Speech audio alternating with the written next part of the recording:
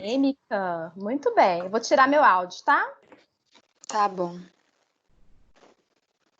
Ficou ótimo. Maximiza a tela depois. Tá. Então, gente, a gente vai falar sobre a esclerose sistêmica. Falar um pouco. Vai ser de forma mais sucinta, porém a gente vai tentar explicar bem de forma que todo mundo consiga entender, com palavras e seus significados posteriormente. O meu grupo é eu, a Duda, a Eduarda, né? O Otávio, a Paola e a Priscila. Bom, primeiramente a gente vai falar da etiologia. @Duda. Bom dia. Me ouve? Sim. Bom dia, gente. Vamos começar a falar então da etiologia da esclerose sistêmica, tá? Ela é uma doença autoimune de etiologia multifatorial, desencadeada pela combinação de fatores genéticos e ambientais. A esclerose, que significa pele endurecida ou esclerose sistêmica, é uma doença, autoimune que pertence ao grupo das doenças raras. Ela não tem causa conhecida, apresenta um quadro clínico muito variável, podendo atingir, além da pele, outros órgãos e sistemas, tá? Trata-se de uma doença reumática crônica, caracterizada por alterações vasculares.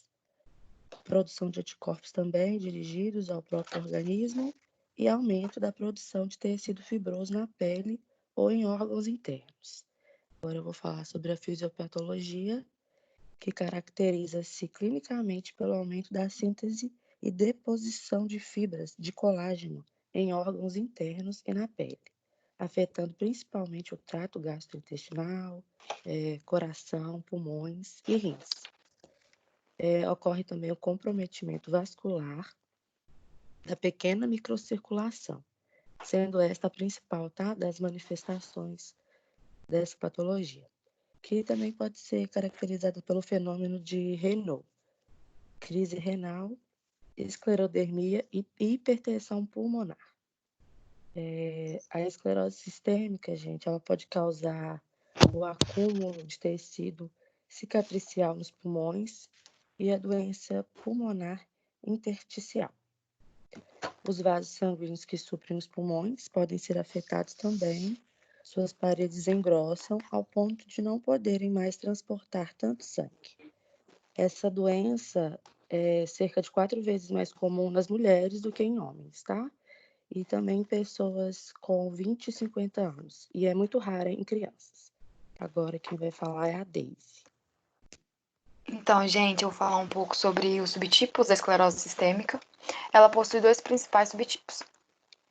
A forma limitada, ou também conhecida como síndrome de Quest, que ela apresenta em pacientes principalmente o endurecimento da pele na face distal dos cotovelos e joelhos, além também de poder causar uma doença do refluxo gastroesofágico, que é quando causa a desmotilidade do esôfago. Este tipo é caracterizado por uma progressão lenta, pelo fenômeno de Raynaud, desmotilidade esofágica, esclerodermia, ou também a conhecida esclerodactília, que é um endurecimento, é um tipo de endurecimento da pele, ou as também telangiectasias, que são vasos muito finos na superfície da pele. Eles não causam dor ou problemas maiores, porém, normalmente causa incômodos estéticos. São frequentes, também, sendo frequentemente complicado por hipertensão pulmonar. Tem ainda o tipo de a forma difusa, ou também conhecido como forma cutânea difusa, esclerodermia generalizada, e tem sido tradicionalmente associada à evolução agressiva e rápida, caracterizada pelo endurecimento da pele na porção distal, estendendo-se até a porção proximal dos membros, face, tórax, abdômen. A maior prevalência de fibrose pulmonar, acometimento precoce de órgãos internos e presença de anticorpo específico, que é o anti-SCL70 no soro. Esse é um anticorpo marcador da esclerose sistêmica, tá? Agora, a gente tem alguns importantes achados clínicos que foram encontrados em pacientes que possuem esclerose sistêmica. Não quer dizer que todos vão desenvolver esses fenômenos, essas manifestações, porém, pode acontecer principalmente, a maioria principalmente, naquele que desenvolve a esclerose sistêmica generalizada, que seria a cutânea difusa. Primeiro, o fenômeno de Raynaud, que é caracterizado pela mudança na cor dos dedos em resposta ao frio ou ao estresse, provocando extremidades frias, formigamento e dor. Ocorre em 3 fases, iniciando por palidez intensa, seguida de cianose e hiperemia reacional.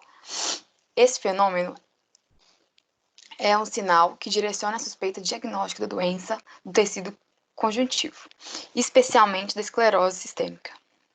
Depois a gente tem as manifestações, que é o comprometimento da pele, caracterizado também por 3 fases. A inicial, que é a edematosa, principalmente mãos e dedos, seguida pela fase de espessamento cutâneo e tardiamente evoluindo para atrofia cutânea. Inicialmente ocorre endurecimento da pele, começa nos dedos e mãos, denominado esclerodactilia, que pode dificultar a mobilidade da mão para tarefas simples. Na face e no pescoço ocorre o apagamento dos sucos naturais. O nariz e os lábios se tornam afilados e a abertura da boca se torna reduzida. Úlceras isquêmicas de pele comuns na esclerose sistêmica pode ocorrer em várias regiões do corpo, sendo mais comum nas regiões periungrenais e região malleolar. A cicatrização, de certa forma, se torna lenta, deixando sequelas e às vezes leva à reabsorção de polpas digitais. Em casos de difícil controle, pode evoluir para gangrena e amputação dos dedos. Agora, as manifestações do sistema músculo-esquelético. A pessoa pode apresentar artralgia, que é dor muscular, artrite, que é a inflamação de uma ou mais articulações, e rigidez matinal. São sintomas que se tornam sintomas frequentes em pacientes com esclerose, principalmente nas fases iniciais, levando muitas vezes a um diagnóstico errôneo, como artrite reumatoide ou lúpus eritematoso sistêmico. Fraqueza muscular é frequente, sobretudo na forma difusa. Agora, manifestações no trato gastrointestinal. O trato gastrointestinal é acometido, na maioria dos casos, cerca de 90%. O esôfago é o órgão mais acometido, seguido pela região anorretal, intestino delgado, estômago e colo. Disfagia, odinofagia, dor e queimação retroesternal são alguns sintomas impactantes na esclerose sistêmica. A desnutrição é uma importante causa de mortalidade dos pacientes devido à inutilidade do esôfago. A pessoa passa a ter refluxos constantes, fazendo com que o ácido gástrico queime a região, desgaste a região. Nos casos mais graves, a indicação de nutrição parenteral. Isso mesmo. Manifestações pulmonares. O comprometimento pulmonar é a principal causa de morbilidade e mortalidade da esclerose sistêmica, sendo uma doença intersticial pulmonar a forma mais frequente. Ocorre, na maioria dos casos, cerca de 70%. Normalmente nos 5 primeiros anos, principalmente na forma difusa. Os pacientes costumam ser assintomáticos e quando surgem os sintomas, como dispneia, aos esforços e tosse seca, a extensão da lesão é grande e compromete a resposta ao tratamento. Agora, manifestações cardíacas. O acometimento cardíaco ocorre na forma difusa e os pacientes são geralmente assintomáticos. O derrame pericárdio é um achado do ecocardiograma em até cerca de 50% dos pacientes. Sinais de insuficiência ventricular direita, como edema de membros inferiores e hepatomegalia, sugerem hipertensão pulmonar. Agora, Manifestações renais. A crise renal é a manifestação mais importante do comprometimento renal na esclerose sistêmica, sendo caracterizada por um início súbito de hipertensão arterial grave, associado ou não à insuficiência renal, rapidamente progressiva, afetando cerca de 10% das pessoas de esclerose sistêmica, sobretudo na forma difusa. Ou seja, dá para perceber que a maioria das manifestações são na forma difusa, que seria a forma mais grave, né? Porque ela pode acometer outros órgãos. Agora, por último, mais ou menos importante, são outras manifestações clínicas, como a síndrome SICA, que é a sensação do olho e boca seco, e neuropatia do trigêmeo, observados principalmente nas fases iniciais da doença. Outros achados são a síndrome do túnel de carpo, que é uma neuropatia resultante da compressão do nervo mediano do canal do carpo, mononeurite multiplex, que é a disfunção simultânea de 2 ou mais nervos periféricos na região separadas do corpo além da dor, e comprometimento do sistema nervoso central. Agora, o Otávio vai falar sobre ativação imune para vocês.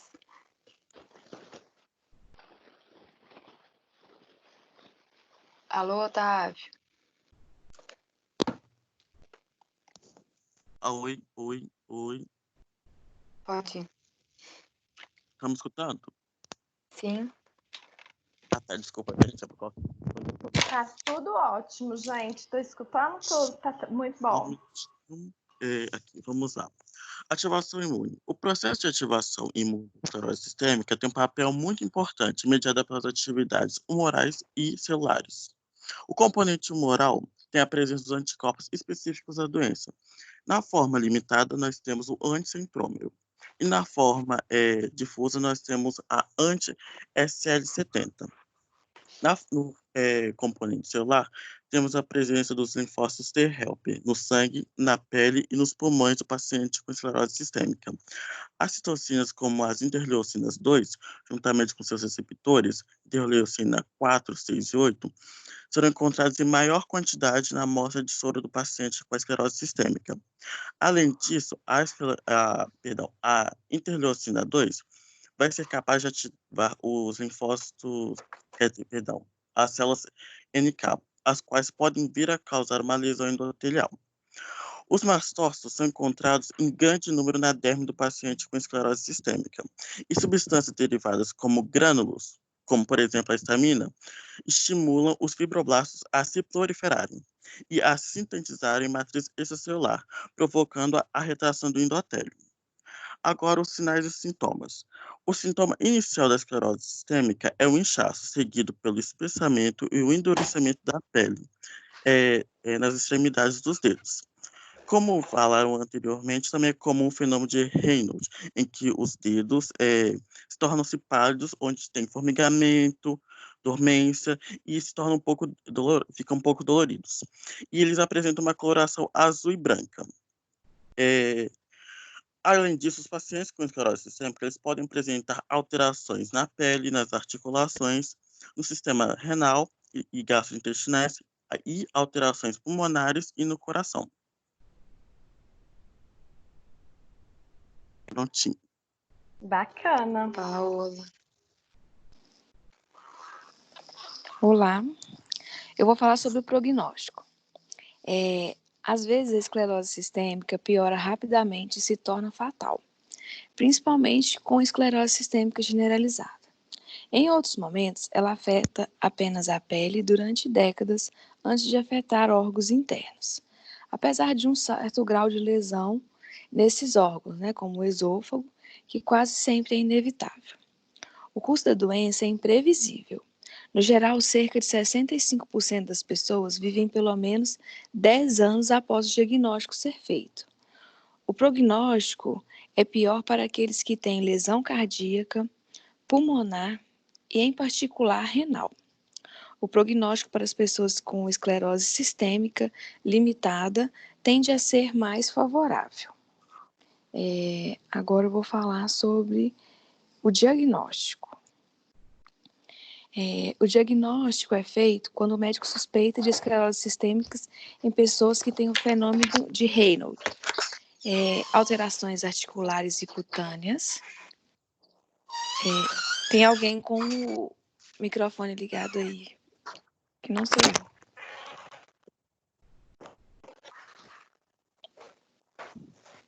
Poderiam desligar, gente? Deise, é o seu, desliga aí. Eu sei desse. Tem como eu desligar, não. Tem Se eu não? desligar, vai ter que sair fora Ah, não, então beleza. É porque fez barulho de porta. Peraí. Alterações articulares e cutâneas típicas ou problemas gastrointestinais, pulmonares e cardíacos que não podem ser explicados de outra forma. O médico diagnostica a esclerose sistêmica pelas alterações características na pele, resultados de exames de sangue e presença de lesão nos órgãos internos. Os sintomas podem sobrepor aos de várias outras doenças, mas o padrão completo geralmente pode ser distinguido. Realizar apenas testes laboratoriais não é suficiente para identificar a esclerose sistêmica, pois seus resultados, assim como os sintomas, variam muito. No entanto, anticorpos antinucleares estão presentes no sangue de mais de 90% das pessoas com esclerose sistêmicas. Anticorpos contra centrômeros, parte de um cromossomo, estão frequentemente presentes em pessoas com esclerose sistêmica limitada. É frequente a presença de anticorpos diferentes, chamados anti-topoisomerase e RNA polimerase 3, em pessoas com esclerose sistêmica generalizada a difusa. Portanto, o diagnóstico de esclerose sistêmica se baseia em todas as informações reunidas pelo médico, inclusive sintomas, resultados de exames físicos e resultados de todos os exames. E para ajudar nesse diagnóstico, os médicos também podem consultar uma série de critérios estabelecidos. Endurecimento da pele nas duas mãos, feridas ou cicatrizes nas pontas dos dedos, vasos sanguíneos dilatados, capilares anormais na prega ungueal, hipertensão pulmonar, doença pulmonar intersticial ou ambos, fenômeno de Raynaud, anticorpo contra centrômeros, anticorpos antitopoisomerase ou RNA polimerase 3. Os médicos também podem fazer testes de função pulmonar, tomografia computadorizada, torácica e ecocardiograma. Às vezes, periodicamente, para detectar problemas cardíacos e pulmonares. Agora é com a Priscila.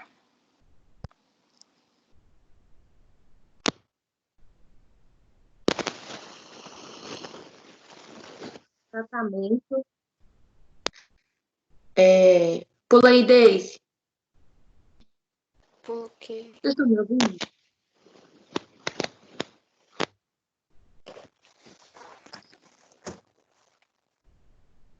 Já está em tratamento. Não, em conclusão. Volta uma aí. Para mim já está em tratamento. Aí, agora deve ser minha internet que está ruim.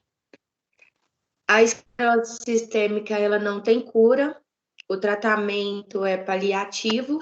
Ele trata sintomas específicos, né, ou sintomas orgânicos, que, na verdade, ele é direcionado para sintomas e órgãos deficientes. Pode ser usado corticoides. O corticoide é se houver miomite ou doença mista do tecido conjuntivo, pode predispor em crise renal. Então, ele é usado somente se necessário. Os imunossupressores, que é eficaz para o tratamento de complicações pulmonares. Os bloqueadores do canal de cálcio. Bloqueadores do canal de cálcio podem ser úteis para o fenômeno de Raynaud, mas agravam o refluxo gástrico. Os pacientes eles devem usar roupa quente, luvas e manter a cabeça aquecida, né? Então ele tem que se aquecer bastante, isso ajuda na questão da dor das articulações. Fisioterapia para preservar a força muscular. Mas nenhum tratamento tem benefício claros para tratamento da calcinose, que é a formação do depósito de cálcio em qualquer tecido mole, tá? Então, esses medicamentos, eles podem ser utilizados não para tratar a esclerose sistêmica, mas sim para aliviar, né? Ele é paliativo, aliviar os sintomas. Pode passar. Usar. Pode.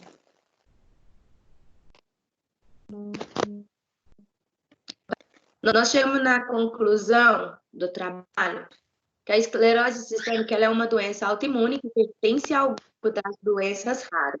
Sem causa conhecida, apresenta um quadro clínico muito variável, podendo atingir, além da pele, outros órgãos e sistemas. Alterações vasculares e o endurecimento da pele são os principais sintomas. Os sintomas comuns incluem fenômeno de Raynaud, poliartralgia, disfagia, azia, edema e, por fim, espaçamento da pele e contratura dos dedos. O envolvimento de coração, pulmão, rins é responsável pela maioria das mortes. O diagnóstico clínico, mas exames laboratoriais dão suporte ao diagnóstico e ajudam a determinar o prognóstico. Não existe cura para a doença, o tratamento é específico, o tratamento específico é difícil e a ênfase é dada ao tratamento das complicações. Pronto. Gente, muito Acabou. bom. Que legal. Parabéns, pessoal. Eu falei muito Achei. Oi? Eu falei muito rápido.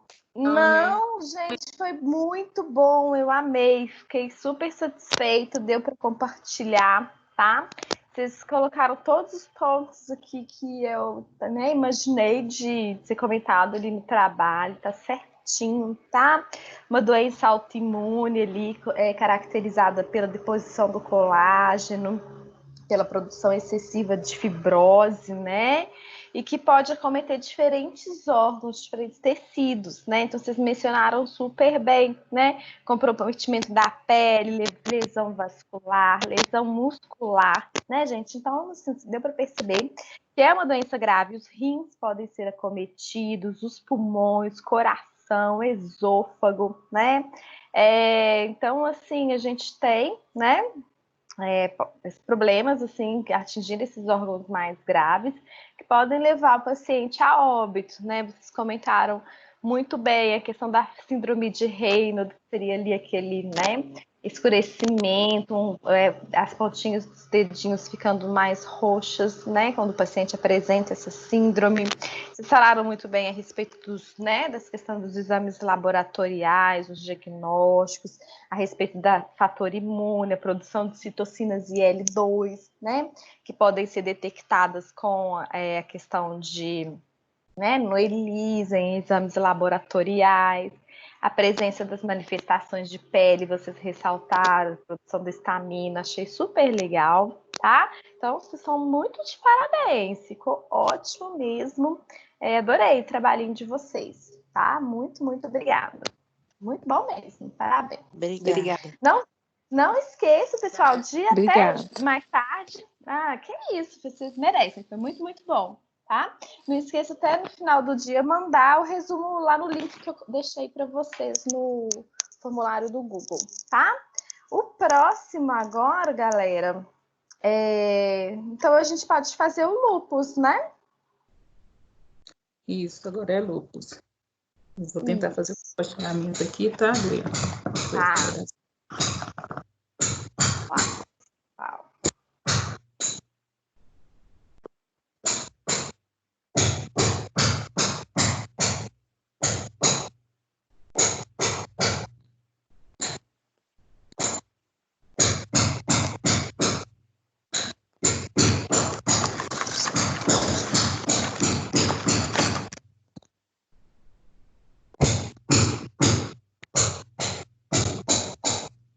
Gente, Tá tem por alguém quebrando uma casa aí.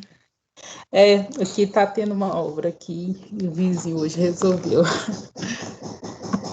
Tá muito alto o som aí, pessoal? Um pouco. Peraí.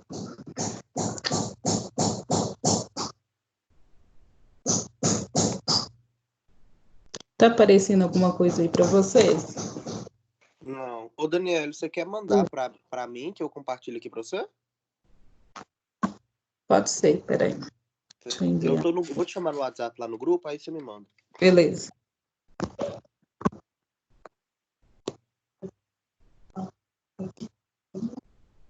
Professor, a gente já te enviou, você sabe, né? O resumo. Eu te enviei semana passada. Você até respondeu. Só pra... Ah, tá. É muita turma, mas ok, verdade.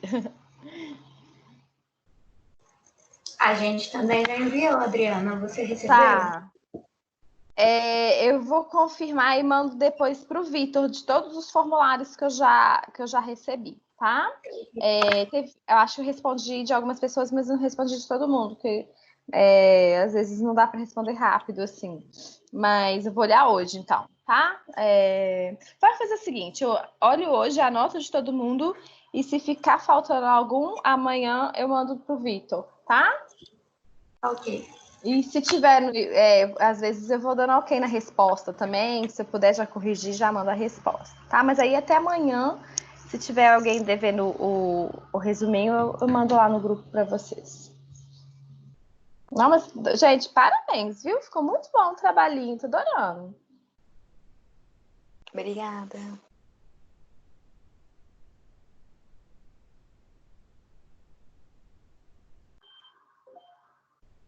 Ô, Daniel, eu não achei seu número, não. Aí eu chamei a outra menina lá, a Carolina. O dela tá no grupo, só que não tá com o nome dela.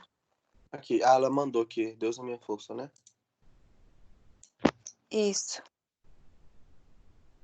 Tá. Professora, Oi. aqui eu enviei o do nosso que é de lupus. Ontem à noite, tá? Tá bom, obrigada. Eu não vi, não. Ontem à noite eu não olhei, não, tá? Aí daqui a pouquinho eu vou dar uma olhadinha. Já comecei, gente. Gente, tá ótimo. Já vi a tela já, tá? Vou pôr no mudo. Então, vamos lá. Então, nosso tema aí é lúpus eritematoso. Tá? Ok. O lúpus eritematoso, ele é...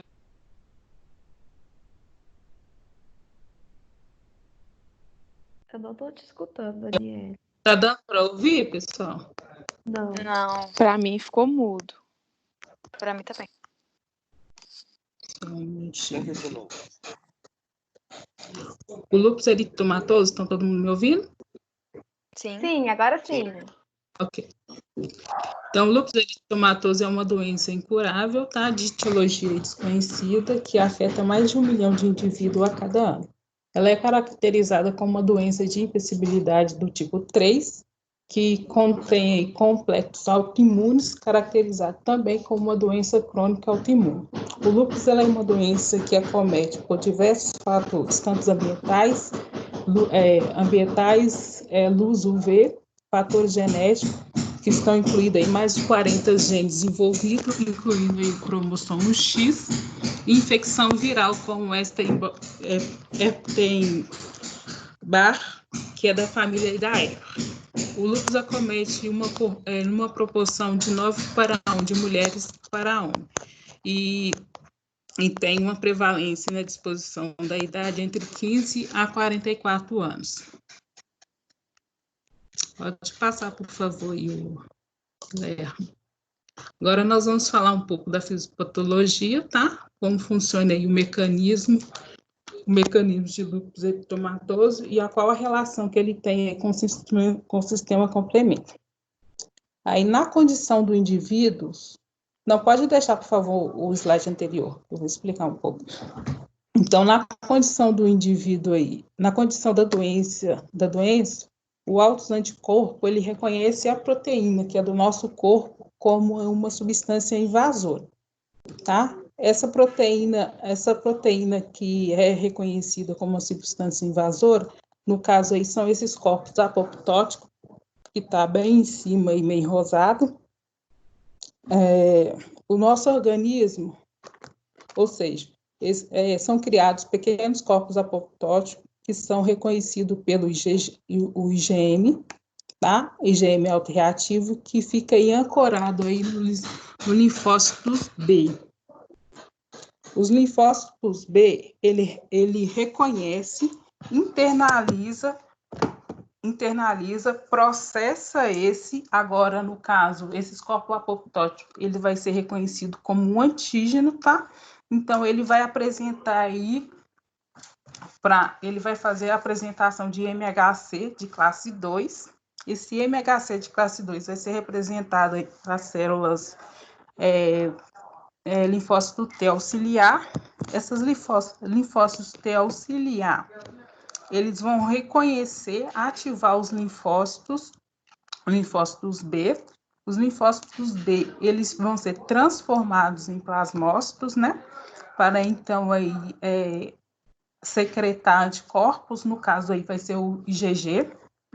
O IgG, ele vai se ligar aos pequenos grupos apoptóticos, tá? E vai acabar aí formando, vai se ligando e vai formando complexos. Esses complexos, chamados complexos autoimunes, esses complexos autoimunes, eles vão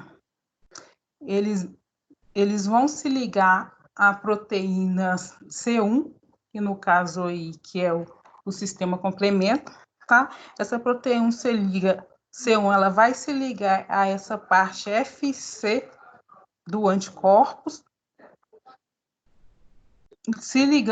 vai se ligar a essa parte C do anticorpo e irá ativar C2B e C4B, formando uma enzima chamada convertase. Essa enzima convertase vai ativar C3 e C3B. Aí, quanto mais complexo desse complexo tiver formado em determinado tecido, porque como o lúpus eritematoso, ele então não tem região específica para atuar, é sistêmica, é geral, pode incorrer em qualquer tecido. Então, quanto mais quantidade desse complexo, maior isso vai ser a lesão, porque o C3, ele vai ativar os neutrófilos, né? Que vai secretar aí citocinas pró-inflamatórias naquele tecido. Pode passar, por favor, Guilherme.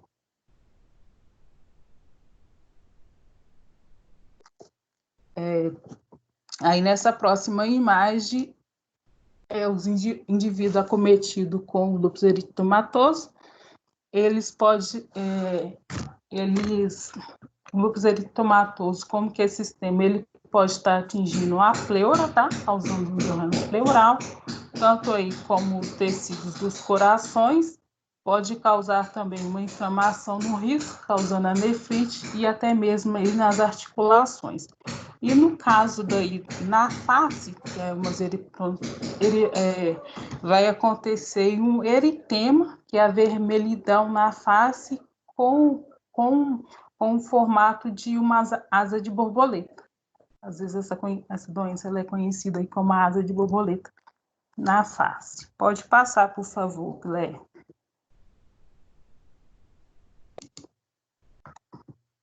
Aí o diagnóstico, vou soltando assim, agora que eu vi.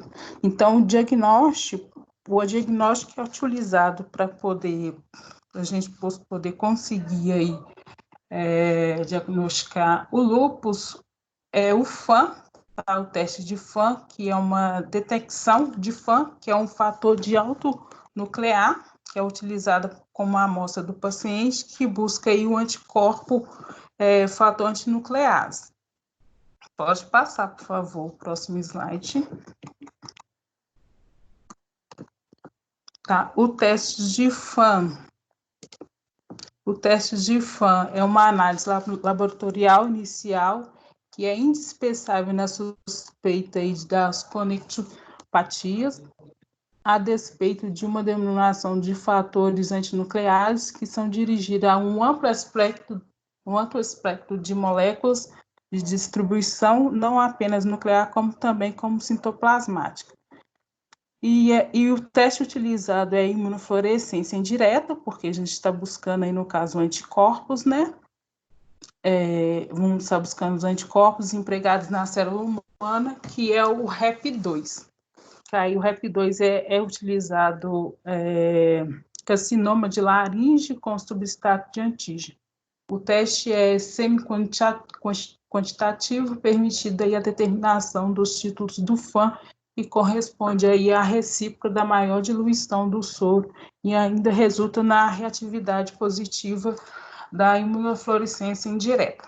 O resultado dos testes é expresso como positivo ou negativo, inclui a descrição aí no padrão de marcação de fluorescente dos compartimentos ou organelas celulares padrão. Pode passar, por favor, para a próxima tela para mim, Guilherme. O teste ele é lido através dessas placas de imunofluorescência, tá? No caso, o FAM, que é o REP2. Eu coloquei só para vocês verem como que é feito como que é feito aí, como que é feito a descrição e a revelação desse teste. Pode passar, por favor, aí a próximos slides. Obrigado. No caso aí, a bibliografia e as referências onde foi retirado. Alguém tem alguma pergunta? Alguém do nosso grupo quer colocar mais alguma coisa? Adriana, alguma pergunta?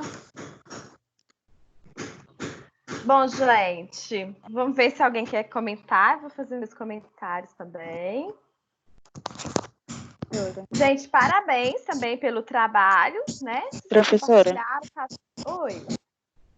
eu sou do grupo, eu só queria ressaltar porque o lúpus ele acomete mais as mulheres, né? Aí, nesse caso, a propensão da doença nas mulheres é referente a um fator genético, porque um dos fatores genéticos que propensam mais a doença está relacionado ao cromossomo X. Então, sendo assim, como as mulheres possuem 2 cromossomos X, essa prevalência ela se multiplica. E as mulheres também ela possuem um hormônio chamado estradiol, que no caso esse hormônio ele consegue aumentar a sobrevida dos linfócitos, e como os linfócitos eles fazem o ataque, né, à célula, porque é uma doença autoimune, e no caso o linfócito ele vai ficar mais tempo ativo e mais tempo atacando o próprio corpo. E no caso, se a mulher ainda fizer o uso de anticoncepcional que contém o estradiol, isso aumenta ainda mais a doença, né, e da forma mais grave ainda. Muito bem, exatamente isso, tá, gente? Então, né, tá super tranquilo também, ficou bem, né, certinho, bem didático aí o trabalho de vocês, parabéns pro grupo, tá? Então, realmente, gente, a doença, né, o lúpus é uma também doença de hipersensibilidade, tá? Existem alguns fatores que vão permear essa questão da doença, tá? A gente tem ali algumas falhas, tá? Principalmente em células, são os linfócitos T e os linfócitos B, tá? Que são células autorreativas, tá? Que vão montar uma reação específica para os componentes nucleares, tá? Promovendo essas manifestações clínicas, tá? E também a gente tem ali questões de radiação ultravioleta, tá? Promovendo a apoptose de diferentes células ali presentes do nosso organismo. E quando essas células estão morrendo, né, entrando em apoptose, esses antígenos ali que são nucleares, tá?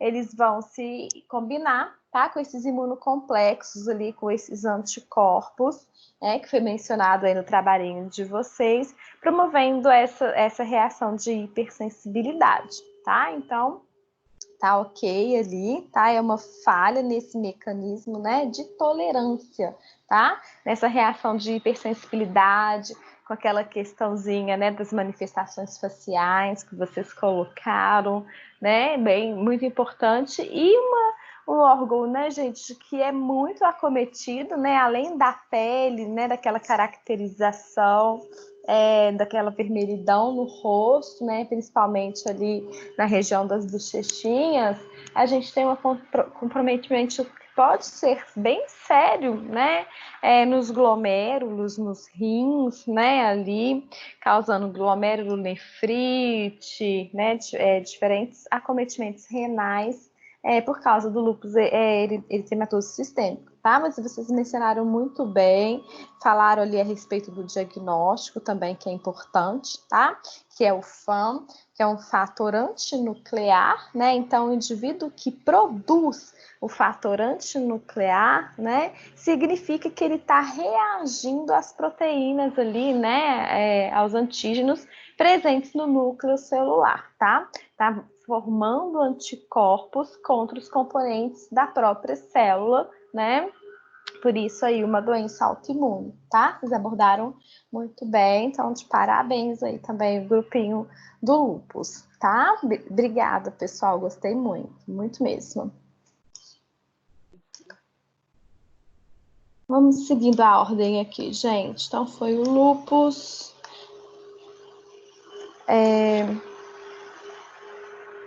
Vamos na artrite agora, artrite reumatoide. Seria comigo, o grupo 2. Vamos lá. Tá bom, bom dia, gente. Pode começar? Pode começar, por favor. Tá. O nosso grupo vai falar sobre artrite reumatoide, né? AR, que é uma doença crônica autoimune sistêmica também. Ela é caracterizada por poliartrite periférica, simétrica, que leva à deformidade e à destruição das articulações, né? Ela acomete preferencialmente a membrana sinovial. Membrana sinovial, para quem não sabe, é um tecido conjuntivo especializado, né? Ela é uma doença que afeta cerca de 1% só da população, mas esse 1% da população que são afetados são mulheres, né? Que é afetado 2 a 3 vezes mais que os homens. E o início da doença pode ser em qualquer idade, mas ela frequentemente começa dos 35 a 50 anos, entendeu? Apesar dela ser uma doença autoimune, como a maioria das outras, ela tem uma causa precisa e é desconhecida. Alguns estudos indicam que pode ser por preposição genética, né, fatores ambientais, e a maioria deles pode ser infecções virais ou tabagismo. No caso, o tabagismo ou obesidade também pode ser controlados. Os outros não, né? Como preposição genética, fatores ambientais desconhecidos, tá? Tô falando muito rápido? Não, tá dando para tranquilo. entender. Tá bom. A AR, que é a artrite reumatoide, ela é o resultado da ação das células T e B autorreativas, né? Como a professora falou antes, que levam à sinovite, que é o quê? A erosão do osso, né? Que é do tecido conjuntivo, tá? Ela causa uma infiltração celular e um processo de desorganização que destrói toda a remodelação dos ossos, toda a remodelação óssea, né? A artrite reumatoide, alguns estudos, né? Ela pode ter uma intimidade relacionada, né? Pode ser intimamente relacionada com o fator reumatoide. Geralmente, eles associam porque, né, o fator reumatoide é um anticorpo contra, né, a porção FC do IgG, que pode dar positivo. Ela une, né, para formar complexos imunes que contribuem para causar essa doença reumatológica, mas eles associam, mas nem sempre quer dizer que a suspeita é uma artrite reumatoide, entendeu? Geralmente, né, as pessoas que possuem artrite reumatoide, ela tem um início insidioso, né, que são pequenas dores nas articulações, né, podem causar como dor, inchaço, aumento da temperatura nas articulações e principalmente elas começam na parte da manhã. Elas também têm rigidez. Pode melhorar durante o dia ou não, mas você tem que ficar bem atento a esses sintomas e também se aparecer caroços firmes de tecidos, você ter fadiga, febre, perda de peso também, pode indicar, né, alguns sintomas da artrite, mas também sem saber a causa desses sintomas, né?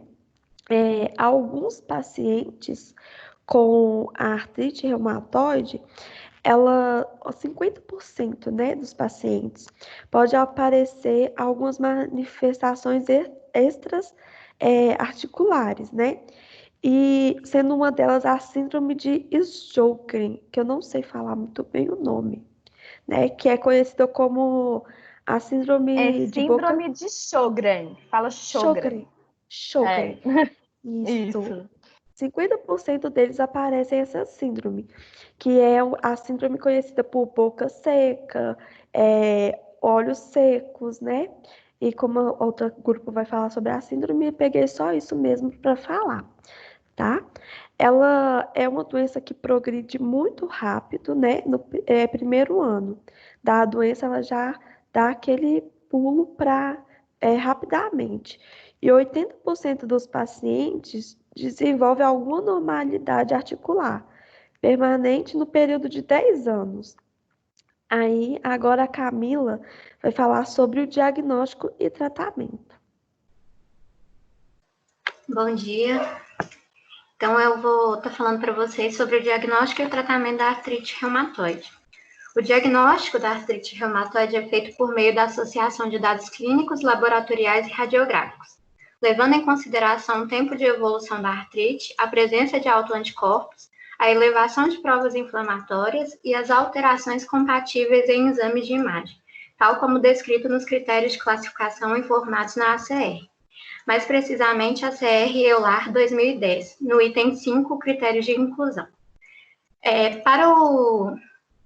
Para exames diagnósticos laboratoriais, é coletado o líquido sinovial, para identificar a presença de autoanticorpos da classe IgG. Também são utilizados no diagnóstico da artrite reumatoide os produtos da degradação da matriz extracelular, como a vimetidina e a queratina. Os CCPs, que são antígeno antipeptídeo citrullinado, são os marcadores iniciais e específicos da artrite reumatoide. Eles são detectados em 50% dos pacientes com artrite reumatoide em estágio inicial, onde geralmente o teste de fator reumatoide dá negativo. Alguns métodos sorológicos, como o ELISA de segunda geração, ele tem especificidade de 98% e sensibilidade de 70% para a detecção do CCP. Uma coisa que é muito importante a gente dizer é que nenhum exame isoladamente, seja ele laboratorial, de imagem ou histopatológico, estabelece o diagnóstico da artrite reumatoide. Mas o diagnóstico precoce e o início do tratamento são fundamentais para o controle da atividade da doença e para prevenir a incapacidade funcional e principalmente a lesão articular irreversível. O tratamento, ele envolve fármacos, medidas fisioterapêuticas e algumas vezes até cirurgia. E os objetivos principais do tratamento são prevenir ou controlar a lesão articular, prevenir a perda de função e diminuir a dor, tentando maximizar, assim, a qualidade de vida dos pacientes. A remissão completa, apesar de ser o objetivo final do tratamento, raramente é alcançada. E o tratamento da artrite reumatoide é tido atualmente como um processo contínuo e complexo, que requer o acompanhamento periódico do paciente, com avaliação do índice de atividade da doença, investigação de manifestações extra-articulares, monitoramento de efeitos colaterais e a avaliação da capacidade funcional do paciente. Infelizmente, gente, esses benefícios, né, decorrentes do tratamento também são frequentemente acompanhados por efeitos adversos acentuados, o que constitui um dos maiores desafios relacionados à artrite reumatoide, e que deixa claro novamente que, se não tratada, ela pode provocar destruição total das articulações, levando a um quadro irreversível. A Luísa agora vai estar passando para vocês um videozinho rápido e explicativo sobre a artrite reumatoide. Deixa eu só completar o tratamento, que eu vi em alguns artigos que a gente pode associar ao tratamento, né? Que não existe nenhum medicamento, né, assim, específico, mas pode associar a analgésicos, corticoides, anti-inflamatórios que diminuem a inflamação, né? E o corticoide diminui a inflamação e dor. E também li que a gente pode usar fisioterapia e terapia ocupacional, que é ótimo. Oi? Não, pode continuar. Ah, tá. Exercícios físicos, repouso e, no último caso, cirurgia, né? É só em último caso mesmo, como quando as deformações são muito severas e a dor também. Agora eu vou passar o videozinho para vocês, só uns instantes. Espera aí, só um minuto. Compartilhar tela. Se tiver áudio, não esquece de marcar aquela opção, tá? Tá.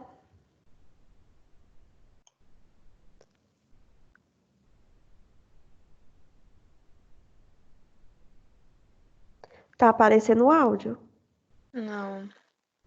Não. Só um minutinho. Vamos lá.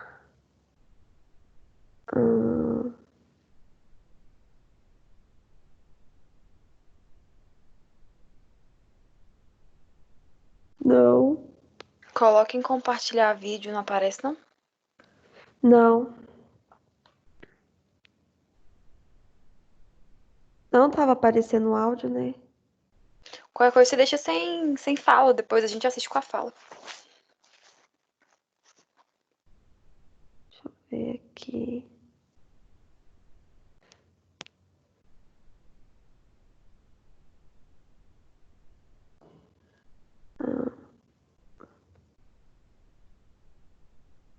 Tá dando não, né? Tá, não. Áudio não. Quer me mandar, Luísa? Vou te mandar, peraí.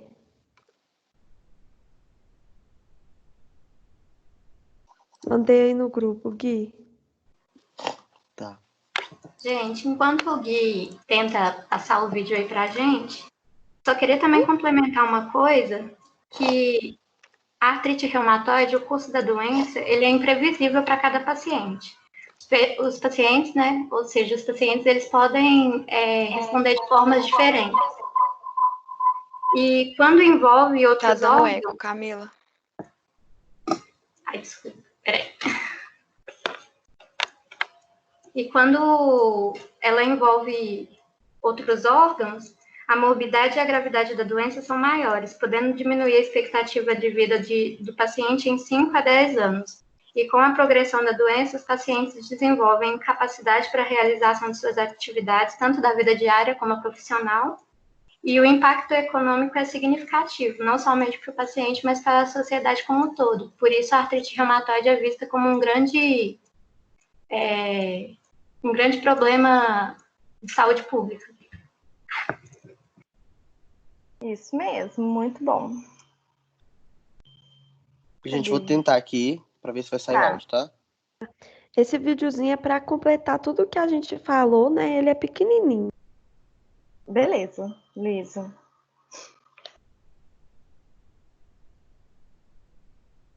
Não saiu o áudio não, né? Não.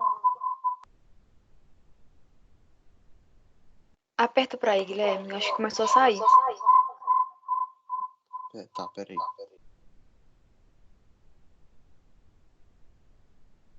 Saiu não.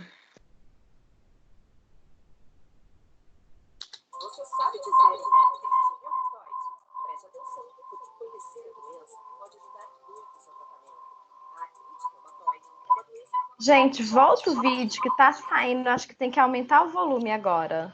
Começa de novo. Porque acho que começou a sair, mas tá muito baixinho. Então, o que eu fiz? Eu coloquei para passar no meu telefone junto com o computador. Aí tava saindo o áudio do meu celular. Ah, faz isso então, tá dando certo. Só que aí aumenta o volume aí do seu celular, que vai dar certo. Então, aí volta o vídeo de novo. Comecei a ouvir o volume.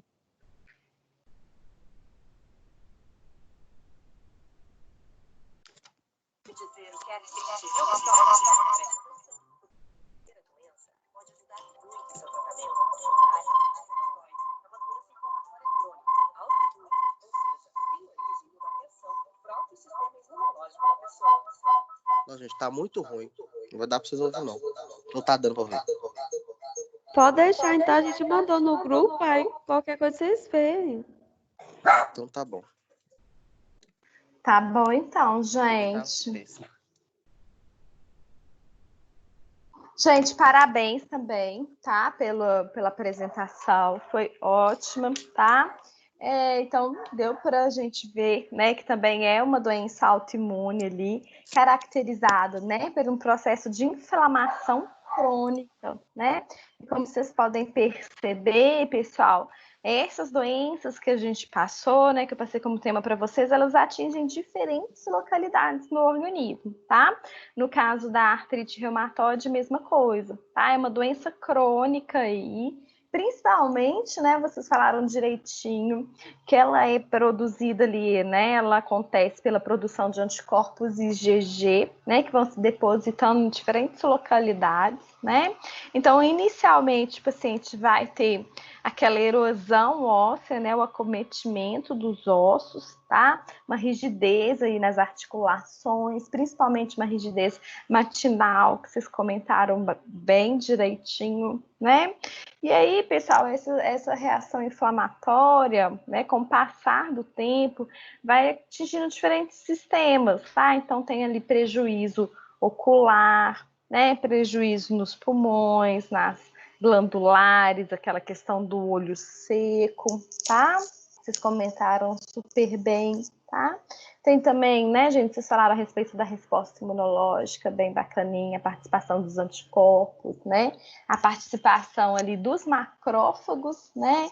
E os fibroblastos, eles são ali responsáveis por promover esse endurecimento, essa questão do prejuízo nas articulações, né? A questão da citocina IL-1, que vocês falaram, é muito importante para potencializar, né? Ali produzida pelos macrófagos, realmente ela potencializa esse processo inflamatório, tá? Vai promovendo ali a destruição total, né? Dessas articulações, né? Então, também vocês mencionaram a questão do tratamento, que foi, né, bem ali conduzido por vocês, tá? Então, a participação, né, a utilização de corticoides para minimizar essa questão da resposta inflamatória, a utilização dos analgésicos, tá? Então, vocês abordaram todos os tópicos também, desde o início dos aspectos que estão relacionados à aquisição da doença, a questão imunológica que está por trás, né?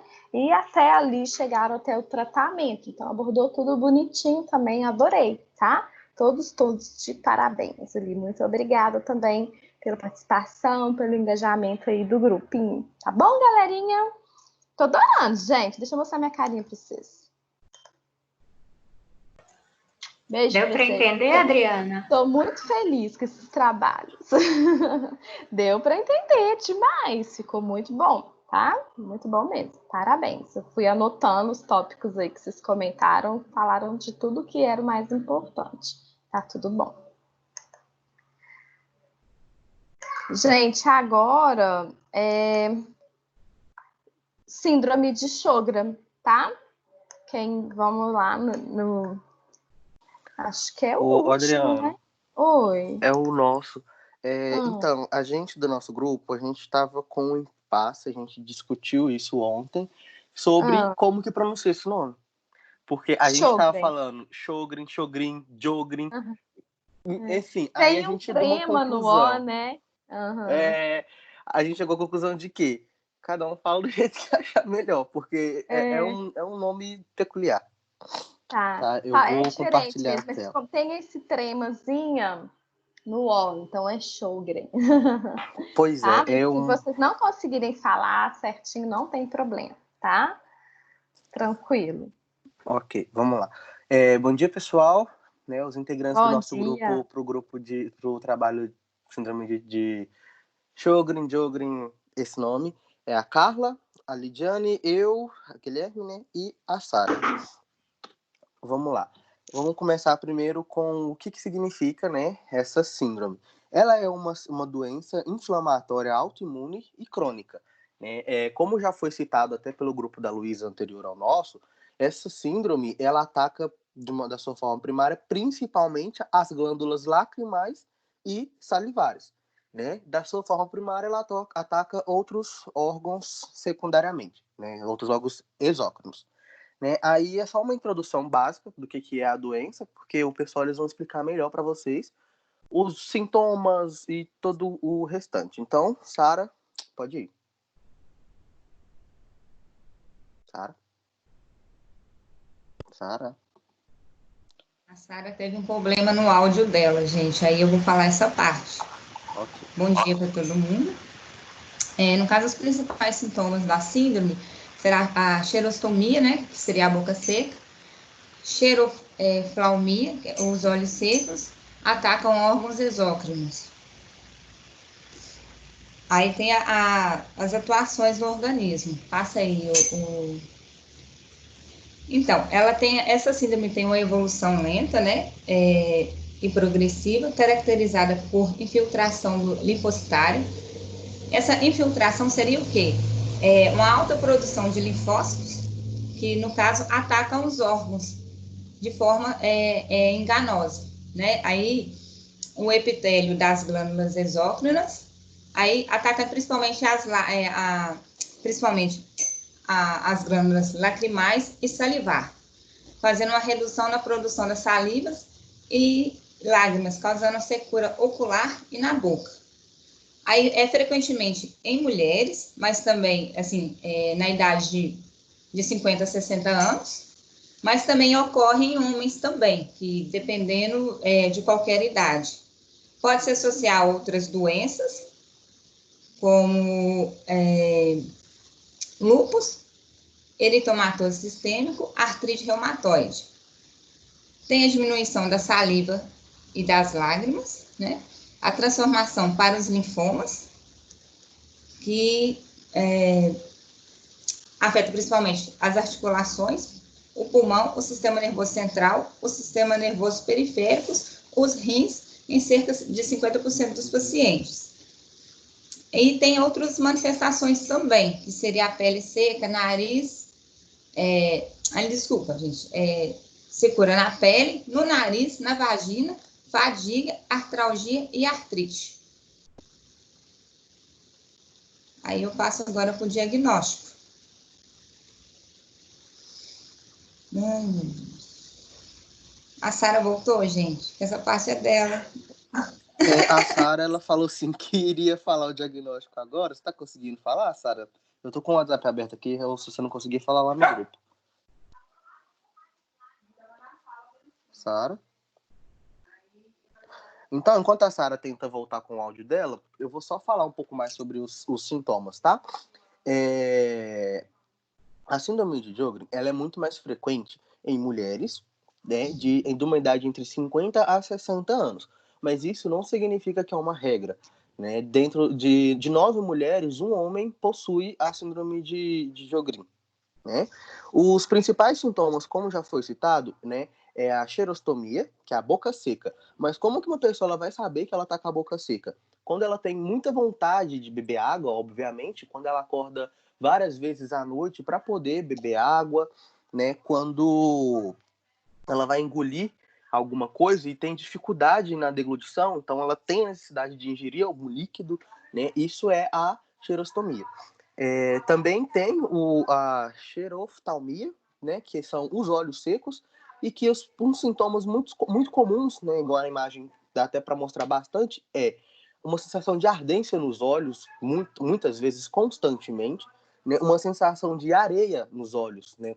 Parece que tem um areiazinho no olho que irrita, né?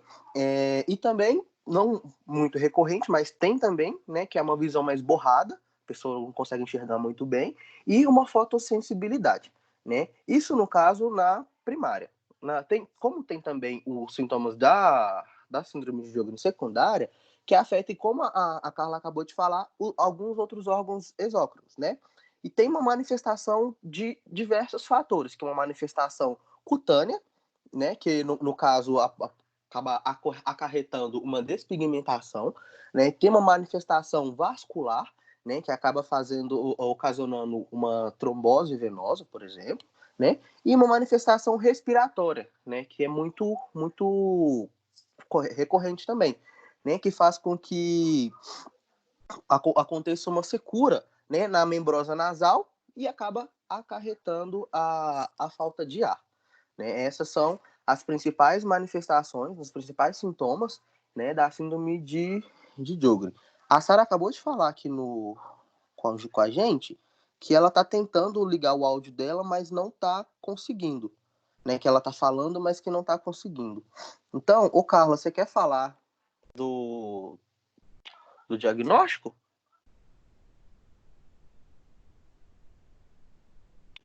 Peraí, deixa eu ver aqui.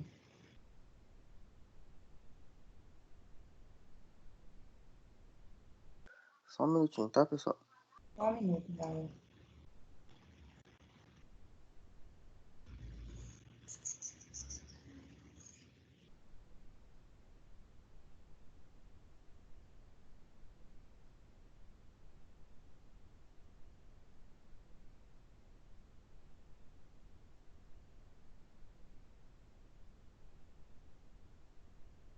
Tá, então enquanto a Sara tenta, Lidiane, posso tentar passar para você sobre o tratamento? Pode. Então pode começar. O tratamento de cada paciente da síndrome de Sjögren, ele vai depender muito da manifestação e também da reação que o paciente vai ter a determinado tratamento. Os pacientes, normalmente, eles apresentam, né? Alguns pacientes apresentam essa secura na parte dos olhos. Inicialmente, se o paciente tem uma manifestação mais leve, ele começa a fazer um tratamento com algumas medidas preventivas. Por exemplo, ele tem que evitar o uso de bebidas alcoólicas, uso de bebidas com cafeína, também o tabaco. Se o paciente ele não tem uma reação desse tratamento, né, e também com o uso de colírios lubrificantes, ele tem que fazer o uso de alguns medicamentos para ele realmente evoluir no tratamento, que seria, por exemplo, o uso do medicamento do ciclosporina tópica, que é um imunossupressor que vai ajudar a controlar o sistema de defesa do organismo. E se esse paciente não evoluir, né, desse tratamento e evoluir para uma forma mais grave, ele começa a fazer o uso de oclusões de pontos lacrimais para realmente melhorar esses sintomas e alguns antagonistas muscarínicos, né? E o paciente deve fazer uso desses medicamentos mais fortes realmente se ele evoluir para uma forma mais grave, porque esses medicamentos normalmente têm alguns efeitos colaterais. E os pacientes que apresentam, né, essa boca seca, inicialmente também o tratamento são com essas mesmas medidas preventivas, essas orientações na parte de higiene para prevenir a desidratação e a irritação da mucosa. É passado também para o paciente alguns substitutivos de saliva para melhorar o conforto, né? E esses substitutos de saliva, normalmente eles contêm alguns bactericidas para auxiliar no combate de cáries. E se o paciente evoluir para uma forma moderada dessa boca seca, ele pode fazer uso também de alguns estimuladores mecânicos ou químicos. Ele pode, por exemplo, fazer o uso de balas mais duras, algumas gomas de mascar, para realmente estimular a produção de saliva.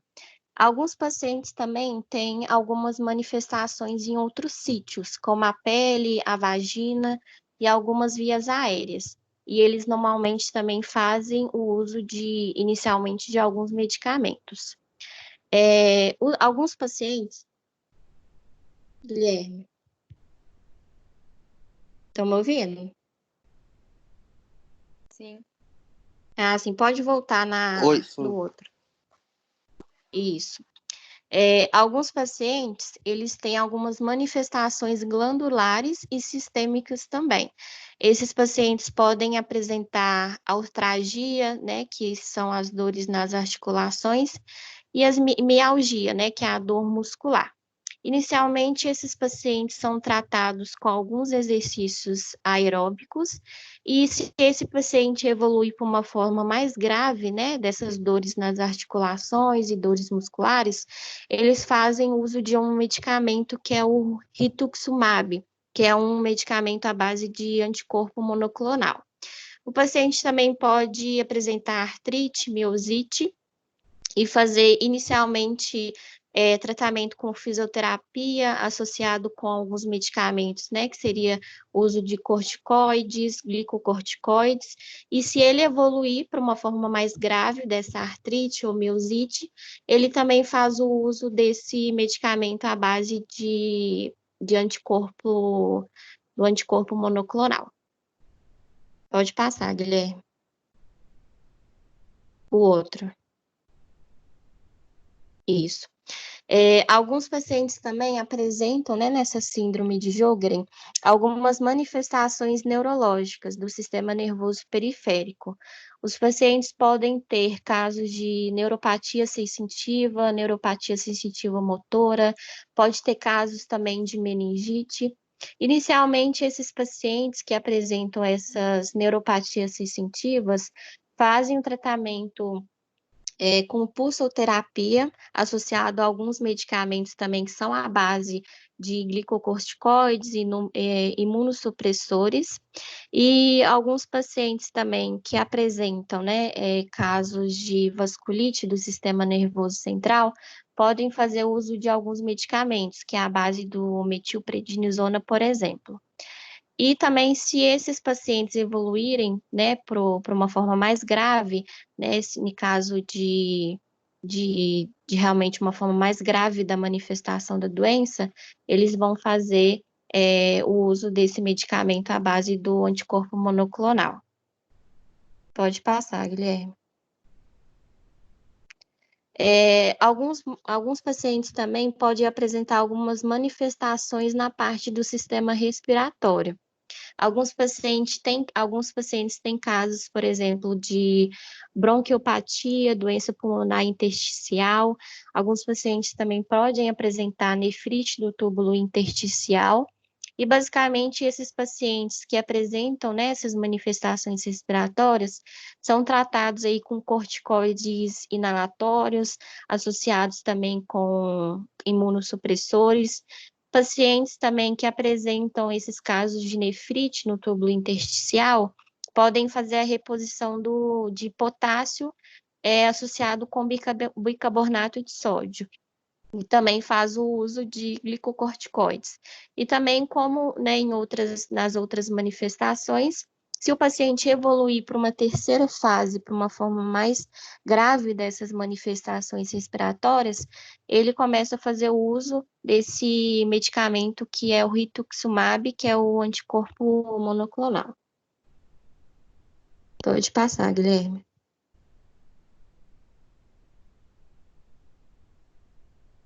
Tá, agora a Carla vai falar sobre o diagnóstico.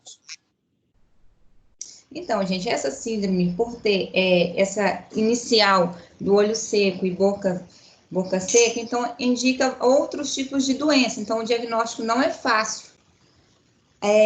Pode ser confundido, igual com diabetes, hepatite, HIV.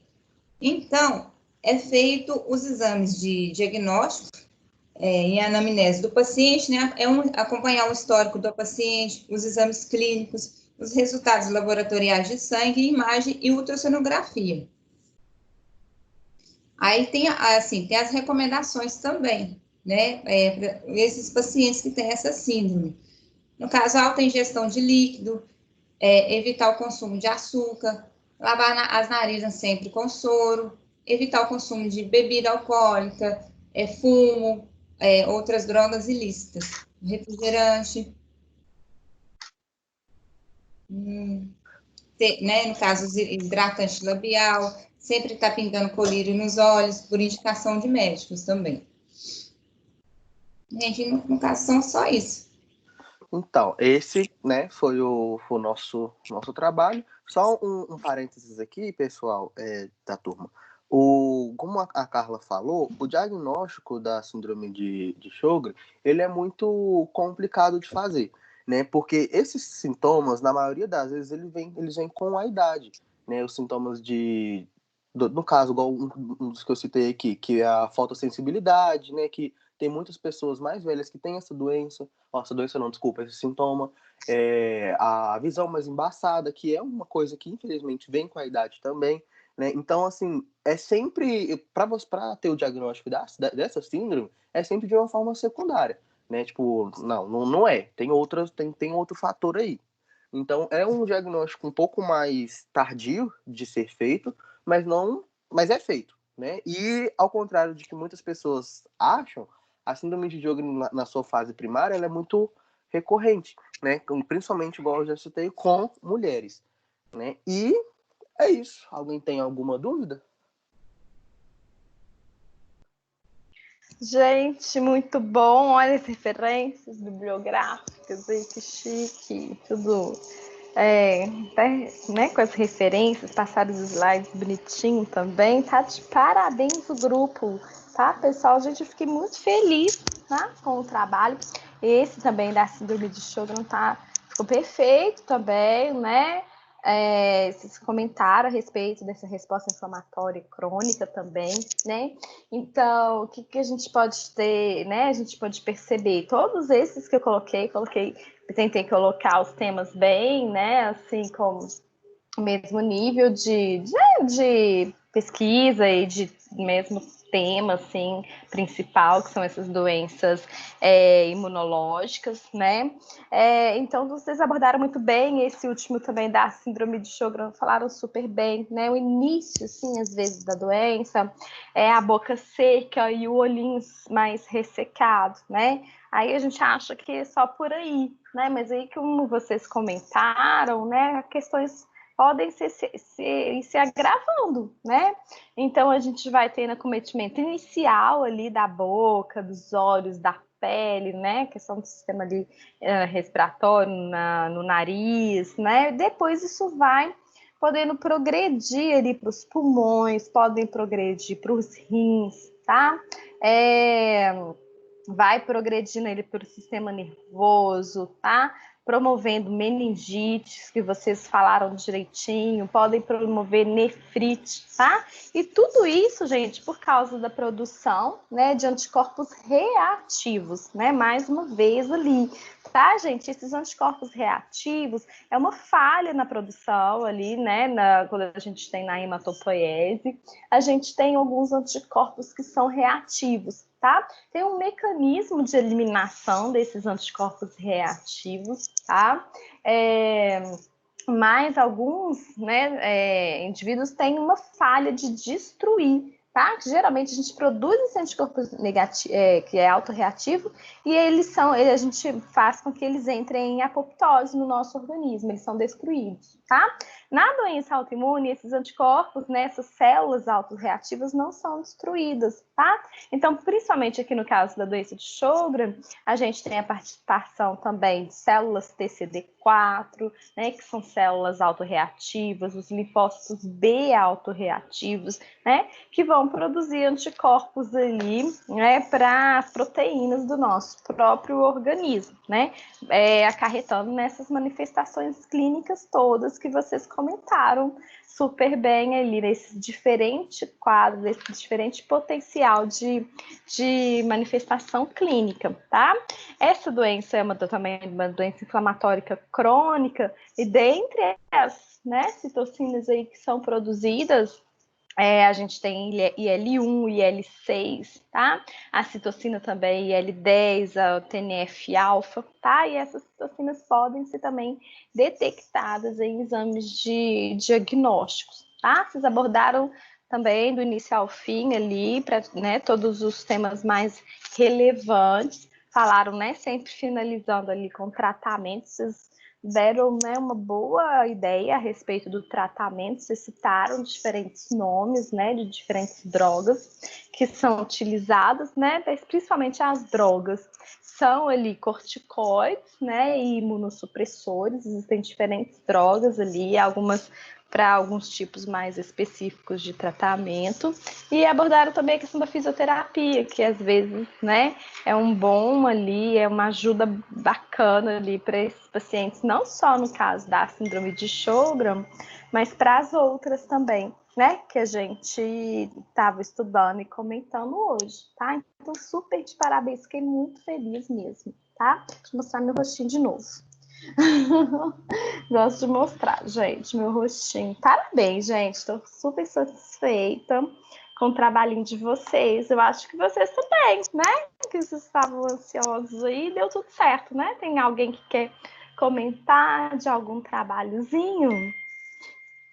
Eu nem dormi por causa desse trabalho, professor. Luísa que falou. Gente, deu tudo certo, ficou perfeito, né? Adriana. Oi. Eu queria tentar passar o nosso videozinho de novo para ver se agora dá. Tá, tenta aí a questão do compartilhar. Vamos tentar. Pode tentar. Tá.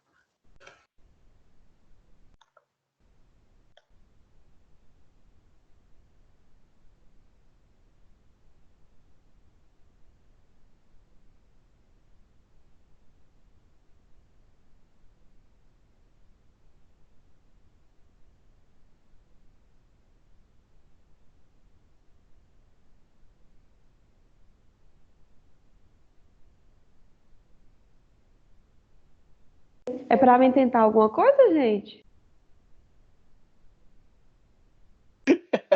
Desculpa, Luiz. Foi engraçado. Acho que é a Camila que vai tentar, ela que disse. Luísa. Oi. Eu vou tentar passar o nosso vídeo de novo. Ah, tá. Que aqui em casa tá não. Minha mãe tá falando alto demais, vai falar alto demais. Ô, Camila, Tá aparecendo na tela? Tá aparecendo na tela. Você só tem que clicar compartilhar áudio, tá? Você coloca lá na área de trabalho, um botão em cima da área de trabalho fica compartilhar áudio do vídeo. Não deixa de clicar, não. É antes de entrar no YouTube. Tá, peraí. Eu mostrei para vocês, ó. Deixa eu mostrar para vocês aqui de novo. Rapidão, peraí, Camila. Aqui, ó.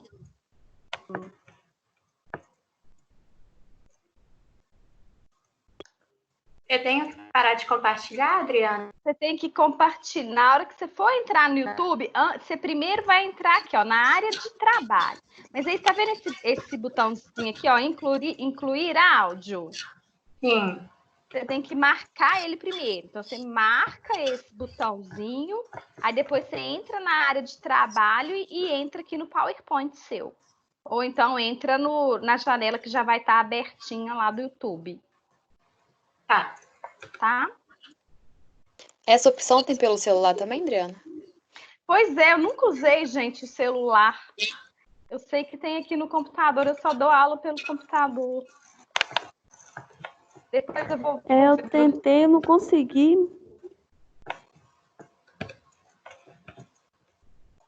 Porque quando a gente coloca pelo celular, aparece o compartilhar, aí tem compartilhar foto, vídeo, tela. Entendeu?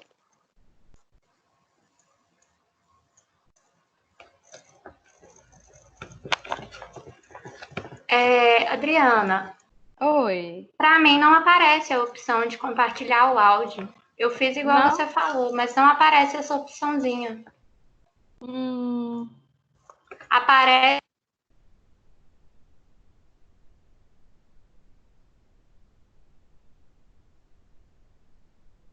Tenta compartilhar sem marcar isso. Porque teve uma turma que meu aluno conseguiu, assim, compartilhar. Aparece a opção de compartilhar o áudio. Isso, é isso aí.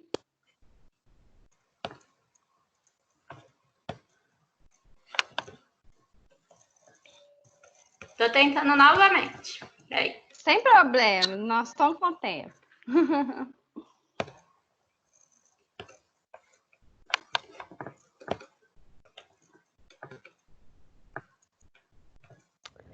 E professora, esse trabalho foi a parcial?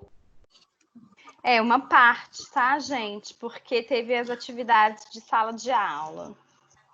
Eu coloquei valor lá para vocês. Depois eu confiro aqui. Já eu olho para vocês. Tá. Legal. Tá dando certo. Deu com áudio? Deu, só aumenta a tela. Tá, vou aumentar agora. Ai, peraí, fiz coisa errada.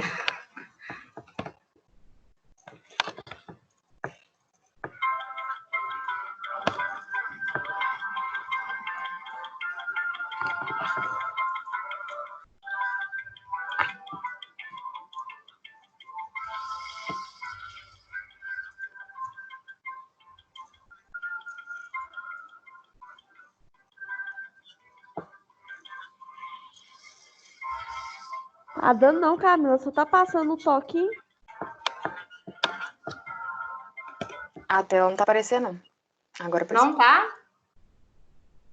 Agora Tava apareceu, só o mas... toquinho. Tenta voltar, Camila.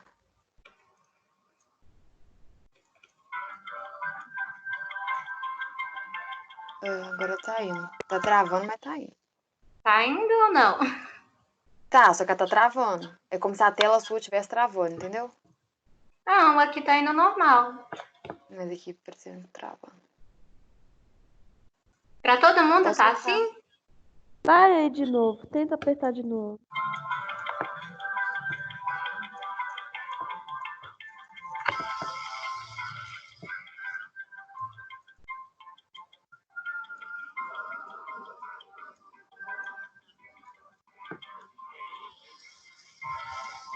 Camila, não tá falando as falas do narrador do vídeo, não.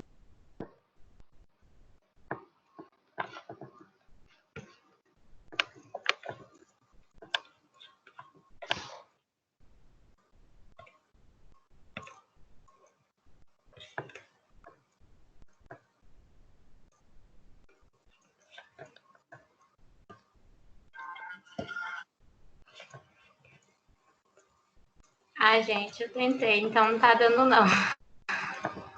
Não tem problema. Você colocou a opção gente. lá de compartilhar áudio também, Camila? Pois é, isso que eu falei. Não aparece pra mim a opção igual aparece pra professora. Pra mim aparece. Vocês querem que eu tente de novo? Porque pelo que eu tava tentando na hora de colocar o áudio, tava aparecendo que eu tava sem microfone. De fato, eu tava. Porque eu tô pelo celular. Vou tentar de novo. Peraí. Tenta, Guilherme.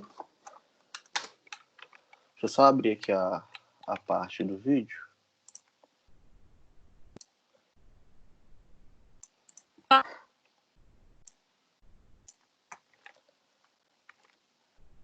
Peraí, gente.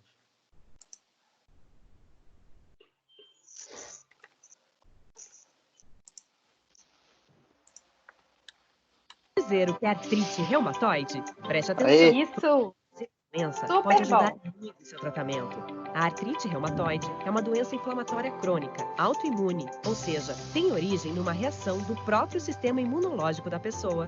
É mais comum em mulheres entre 30 a 50 anos. É o caso da Tatiana, que acaba de completar 35 anos. Ela é conhecida pelas amigas como Tati. Tem uma rotina super ativa, trabalha, faz academia e está sempre pronta para curtir. Mas durante um bom período, não foi bem assim. Há cerca de um ano, ela acordou sentindo um incômodo e rigidez nas mãos. Ao longo do dia, melhorou um pouco, mas na manhã seguinte estava pior. Tati estranhou, mas pensou que poderia ser um excesso cometido na academia. Durante a semana, o incômodo deu lugar a dores intensas, levando Tati ao pronto-socorro. Lá, ouviu o primeiro possível diagnóstico, tendinite. Fazia sentido, afinal realizava um esforço repetitivo no trabalho. Após tomar os anti-inflamatórios receitados, as dores diminuíram. Pronto, parecia que estava prestes a retomar sua rotina. Que nada! Os remédios não faziam mais tanto efeito e a dor se alastrou também para o cotovelo. Tati não teve dúvida, marcou um ortopedista. No consultório se queixou de dores, mas não deu muitos detalhes. O doutor solicitou alguns exames e prescreveu um remédio chamado corticoide. Tati ficou feliz, pois sentiu melhora por mais de uma semana. Mas as dores voltaram mais fortes. E agora também nos pés. Nos dias seguintes, Tati mal conseguia se arrumar para o trabalho, sentia dificuldades em tomar banho, escovar os dentes, pentear o cabelo. Suas mãos pareciam estar enferrujadas pela manhã e só começavam a se soltar horas depois. A esta altura, Tati estava bastante debilitada, tanto fisicamente quanto emocionalmente. Ela passou alguns dias reclusa em casa, sem condições de trabalhar ou sair. Suas mãos estavam com aspecto estranho, meio inchadas. Foi quando sua mãe se lembrou de um caso parecido na família e da médica que havia solucionado o problema, doutora Renata, reumatologista. No consultório da doutora Renata, Tati relatou tudo o que havia passado até ali. Não restavam muitas dúvidas, mas para confirmar, fez um exame de sangue e uma ultrassonografia das articulações. Pronto, era o que a doutora já imaginava, artrite reumatoide. A doutora conversou com Tati sobre o objetivo e métricas de tratamento para que ela tivesse uma boa qualidade de vida.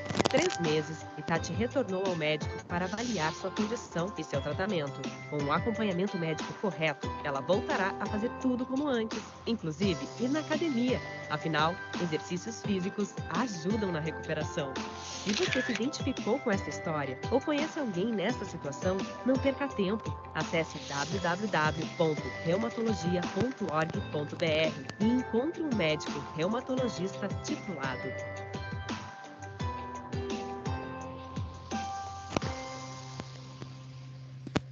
Aí tá vendo, professora? Esse vídeo fala direitinho que pela manhã ela tinha mais rigidez, que os sintomas começou, não tem já um diagnóstico específico que demora bastante, mas durante um ano já alastra bem os sintomas.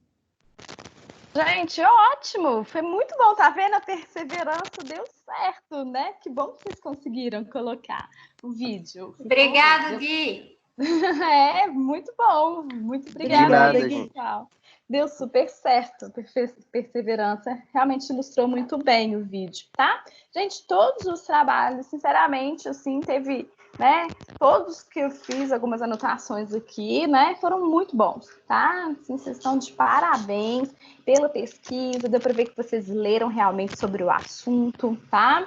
E não ficaram só lendo, dá pra gente, né, ver, assim, às vezes quando a pessoa tá lendo, assim, só, vocês realmente estavam entendendo, né, pesquisaram sobre o assuntinho que vocês estavam falando, tá? Adorei, muito legal mesmo, tá? Tem alguém que tem alguma dúvida?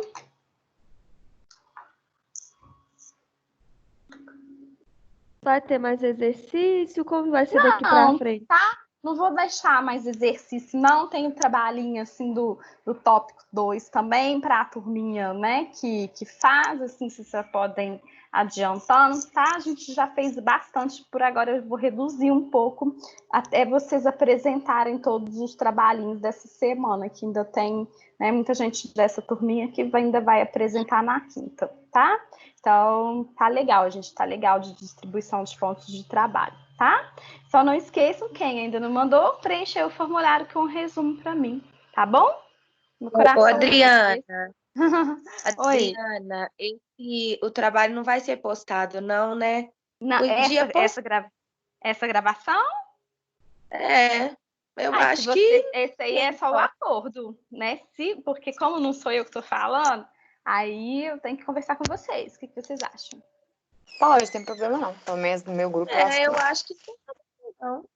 Então, ótimo. Para mim, beleza. Eu coloco lá para vocês, tá bom? Viu, gente? Beijo. Muito obrigada. Adriana, só te perguntar rapidinho sobre o trabalho de tópicos, que é quinta. Sobre a apresentação. Vai ser igual foi hoje? Tipo assim, não tem uma pessoa só apresenta e o resto só participa? Ou todo mundo tem que apresentar? Peraí, gente. Só dar uma